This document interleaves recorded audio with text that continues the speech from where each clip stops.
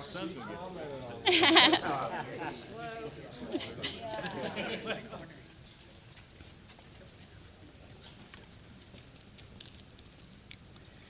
Well, good morning, everyone. I'm Laura Leatherwood, president of Blue Ridge Community College, and it's my honor to welcome Governor Stein, his team, and the Advisory Committee on Western North Carolina Recovery to our campus and to Henderson County. I also want to thank our local media partners for being here today to shine a light on this work. Recovery in Western North Carolina has been a steady, ongoing effort since Hurricane Helene struck nearly a year ago. So I am deeply grateful to those here today who continue to bring awareness, resources, and solutions to our communities. As a member of the advisory committee, I can attest that the needs remain significant.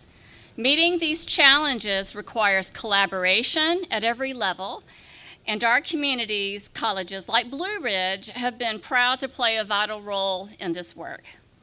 Since the earliest hours of Helene's impact, Blue Ridge Community College has been at the heart of the response, hosting search and rescue teams, FEMA operations, distributing critical resources, supporting local businesses, awarding emergency grants and scholarships to students, and much more. Today, we carry that mission forward by serving as hosts for today's activities. On behalf of Blue Ridge, I thank the governor, his team, and the opportunity to partner once again in the work of recovery. Thank you. Welcome, Governor Stein.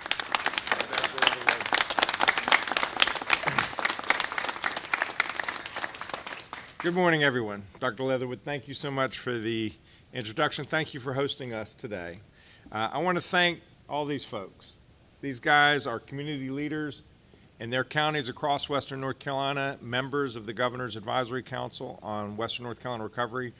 They've done a tremendous job keeping us informed on the needs of their friends and neighbors and making sure that the state is responsive to what they need. And so I'm very grateful, and of course, very much appreciative to Senator Corbin and Mayor Manheimer for your leadership of this work. Next week, as we all know, will mark the one-year milestone since Hurricane Helene hit Western North Carolina. 1 year since hundreds of thousands of North Carolinians had their lives turned upside down. The people of Western North Carolina are incredibly strong and resilient. They've spent the last year working arm in arm to support each other. And my team in Raleigh and I have been focused on trying to emulate their example. I've been pleased to work with the General Assembly to pass 2 bipartisan appropriation bills in excess of $1 billion in recovery funding, important efforts for housing, private roads and bridges, local government infrastructure, agriculture and crop loss, and education. Our Western North Carolina Small Business Initiative awarded grants totaling $55 million to more than 2,100 small businesses to help them get back on their feet, reopen their doors. Nearly every agency and state government has contributed to recovery efforts in one way or another, and I'm also very grateful for our relationships with our federal partners. We are grateful for every federal dollar that we have received because it brings us closer to recovery. But we need more help. The next stage of recovery is going to require a new commitment from Congress and from the administration to not forget the people of Western North Carolina. Western North Carolina has not received anywhere near what it needs, nor our fair share. So far, North Carolina has received or been awarded federal funding equivalent to about 9% of the total damage that Helene caused. States that were similarly devastated following Hurricanes Katrina, Maria, or Sandy saw 70% of their damages covered by federal funding. The average is typically between 40 and 50% of total damage in federal relief dollars. Today, I am making a new request of Congress for an additional $13.5 billion in recovery assistance. And I'll be headed to Washington on Wednesday for meetings to further this request to our federal partners. Here's where the $13.5 billion needs to go. First of all, people still need to get back in their homes. Roughly 74,000 homes were damaged by the storm. Very few of those had flood insurance. These homeowners need a safe place to anchor their lives and remain in their community. They need help rebuilding their homes. The same goes for our small business owners, a second priority. 96% of small businesses in the area reported impacts from Helene. Western North Carolina's economy relies heavily on the strength of small businesses, and if we don't support those businesses, we will lose jobs and people will struggle to put food on the table. 6 out of 7 businesses have not yet reached their pre-Helene revenues. I thank HUD for working with us to approve North Carolina's action plan to utilize $1.4 billion in Community Development Block Grant Disaster Recovery. How's that for a mouthful? CDBG-DR is a flexible program that can support rebuilding homes, helping our small businesses, and repairing our infrastructure, which is important given the unique challenges of rebuilding in a mountainous region. While the CDBG-DR grant model, we can get building right away without the cash flow problems of reimbursement programs. HUD has been a good partner to North Carolina, and I want to build on that success. That's why I am requesting $8 billion in CDBG-DR grants to help us get the job done here in Western North Carolina. We're also asking for $400 million from the Small Business Administration to offer more forgivable loans to North Carolina small businesses. Our small business initiative successfully awarded grants to 2,100 small businesses, but the demand for those grants far exceeded the supply.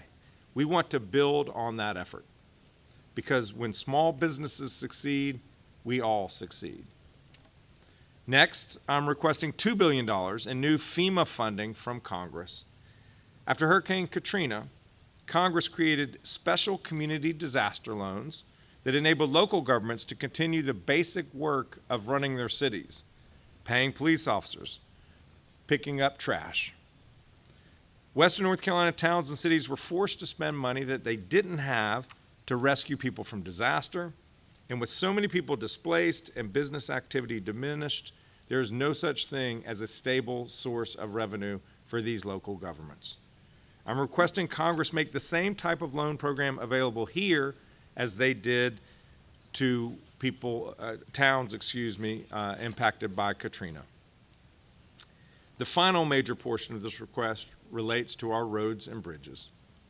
Hurricane Helene damaged 5,000 miles of state-maintained roads, as well as many private driveways and bridges. I am incredibly proud of North Carolina DOT's work to reopen more than 97% of state-maintained roads that were closed because of the storms. But we're still waiting on reimbursements for much of the work that's already been done, and it's not a matter of simply doing quick repairs to get the roads reopened. We've got to build roads that will last. For example, I-40 has reopened, and people use it to go to Tennessee and back on a daily basis. We were able to repair it so fast only by using temporary measures. To get I-40 back to full strength, it will take more than $1 billion. That is just one, albeit a very important, example. So I'm requesting nearly $2 billion in new funding from Congress, not just to restore our roads to normal, but also to protect them against future damage and build them back stronger than before. These 4 areas, restoring homes, supporting small businesses, bolstering local governments, and building roads that will last, make up the majority of the new $13.5 billion appropriation request of Congress. But that's not all we are seeking. We're still waiting on billions of dollars that Congress appropriated last December with the American Relief Act. We are grateful for the millions that have gotten signed off in recent weeks. They are essential and sorely needed, but we're waiting on billions. We're seeking $6 billion. Is that the president?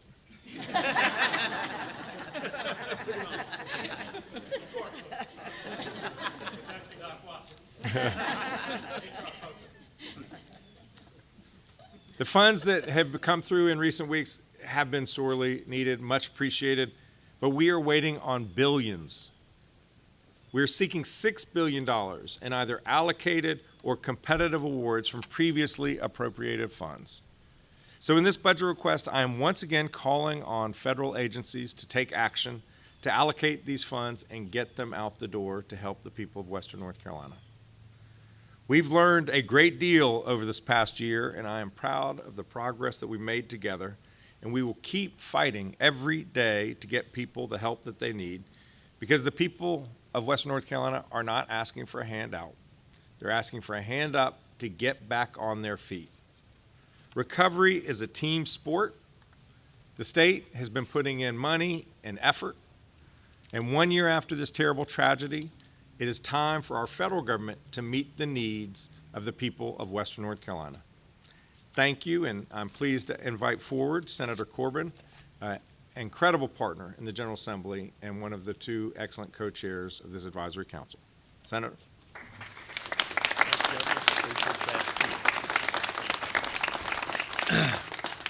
Thank you, Governor, and I'd like to echo his thanks for this group that's standing behind me. Mayor Manheimer and I are pleased to be chairing this committee of very talented, nonpartisan leaders from every spectrum of Western North Carolina. So thank you for your time and your effort and your service.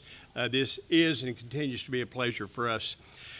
Good morning. I'm here to lend my support to Governor Stein's request for $13.5 billion in new Helene funding from Congress. The North Carolina General Assembly has worked hard over the past year to come across our differences and focus on getting people the help that they need.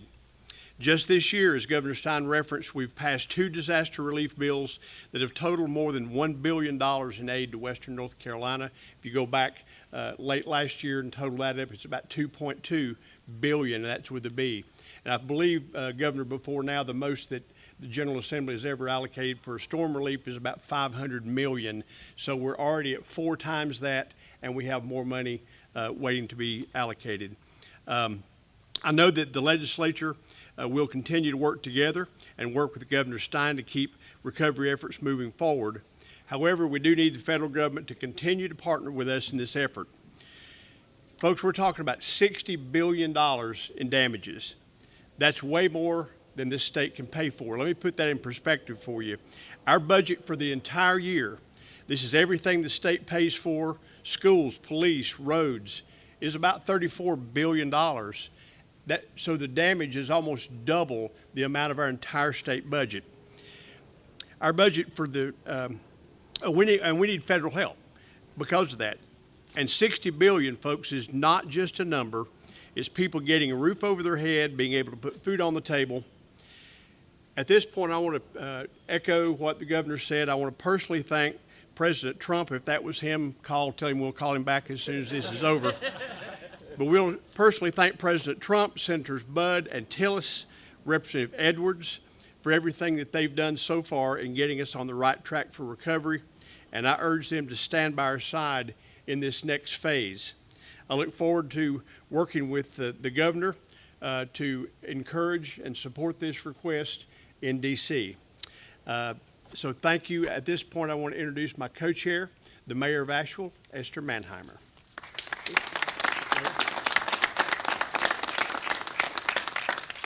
Thank you, Senator Corbin, and thank you, Governor. And standing here with me, it's been our pleasure to chair the Western North Carolina Recovery Committee. These are representatives from all across Western North Carolina. And we've been meeting in various communities and been able to see firsthand what these communities experienced through this hurricane. I'm going to talk a little bit about what our challenges are in Asheville, but I think they're representative of all the affected towns and counties that were hit by Hurricane Helene. In Asheville, we've come a long way this past year as we approach this 1-year milestone. A lot of services have been restored, like water and power, communications, and many of our roads, not all of our roads, but many of our roads. But now we're moving into the period of long-term recovery. Our unemployment rates are still too high. They have not recovered to pre-storm lows. Many of our businesses, especially those near the French Broad River and the Swananoa Rivers, were significantly damaged or destroyed, and they're still working to reopen. Some have managed to reopen, some still have not. The infrastructure damaged by the floods that supports these businesses also needs repair and rebuilding. And many of our parks along the river, including playgrounds, a swimming pool, soccer fields, a golf course, multi-use paths that are normally enjoyed by thousands, are in need of repair. Some stormwater and water infrastructure is still in need of either repair or significant improvement to make us more resilient in the face of future events. And we still need to get rid of debris and destroyed structures that linger on private property and make our city look much less welcoming to locals and visitors alike. The city is also undertaking the massive job of removing debris in the 20,000 acres of watershed property around the Norfolk Reservoir, which is why it is so important that during this time and through this hurricane season, FEMA continues to support the cost of operating the temporary water filtration system built by the Army Corps of Engineers that is located at the reservoir. Even with this work ahead of us, today, almost 1 year later, Asheville is open for business. But every investment, every dollar of support will help us continue our journey of recovery and help us to rebuild an economy better than ever, to not only host those who want to visit, but provide jobs and quality of life for those that live there. Recovery costs money. More money than any city or county in Western North Carolina can manage, even from a cash flow standpoint. We continue to work to recover, all while waiting for FEMA to reimburse us. And I will say as an aside, I know there's a lot of staff here from cities and counties, how much time it's taking out of our lives every day just to fight to be reimbursed for the funds that have already been allocated by Congress. We need to do other important recovery work rather than continuing to advocate for these vital reimbursements. I am grateful for the reimbursements that have come through, but the lag time makes it that much harder for us to do our jobs. So I stand with Governor Stein and his request for more help from Congress. We've come so far, but we have a long way to go. And now I'm going to thank you all and turn it back over to the governor.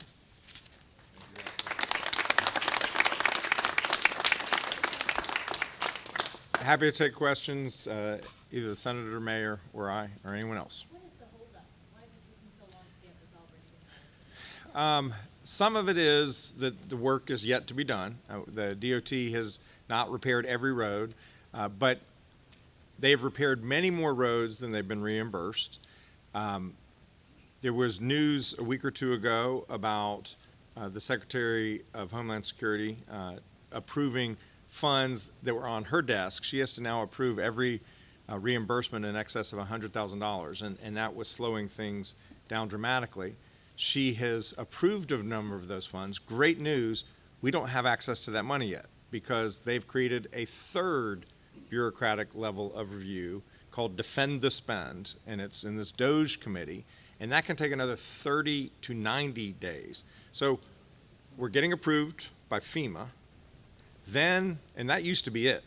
Once that happened, you used to be able to get the money and get it right back to these local governments. Now it needs to then be approved by the Secretary of Homeland Security. That used to be it. Now it has to be approved by DOGE. And so all of this is slowing down the reimbursements, which means these local governments do not have cash flow.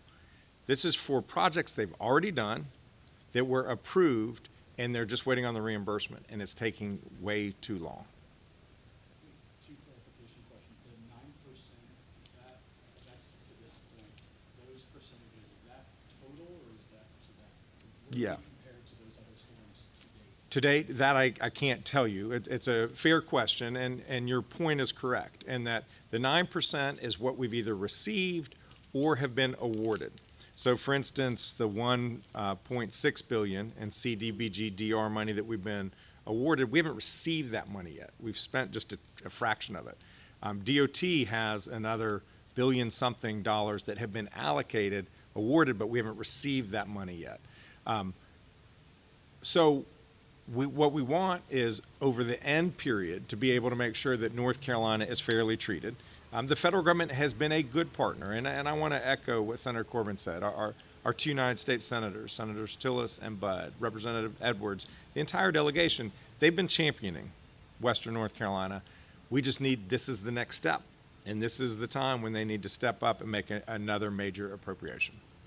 Do you know what, like, if you were to compare how long it took previously when you only needed FEMA approval to now, is that months, weeks, or what? I'll have to get back to you on that. All I know is that these extra layers of bureaucratic review is slowing down the reimbursement to these local governments.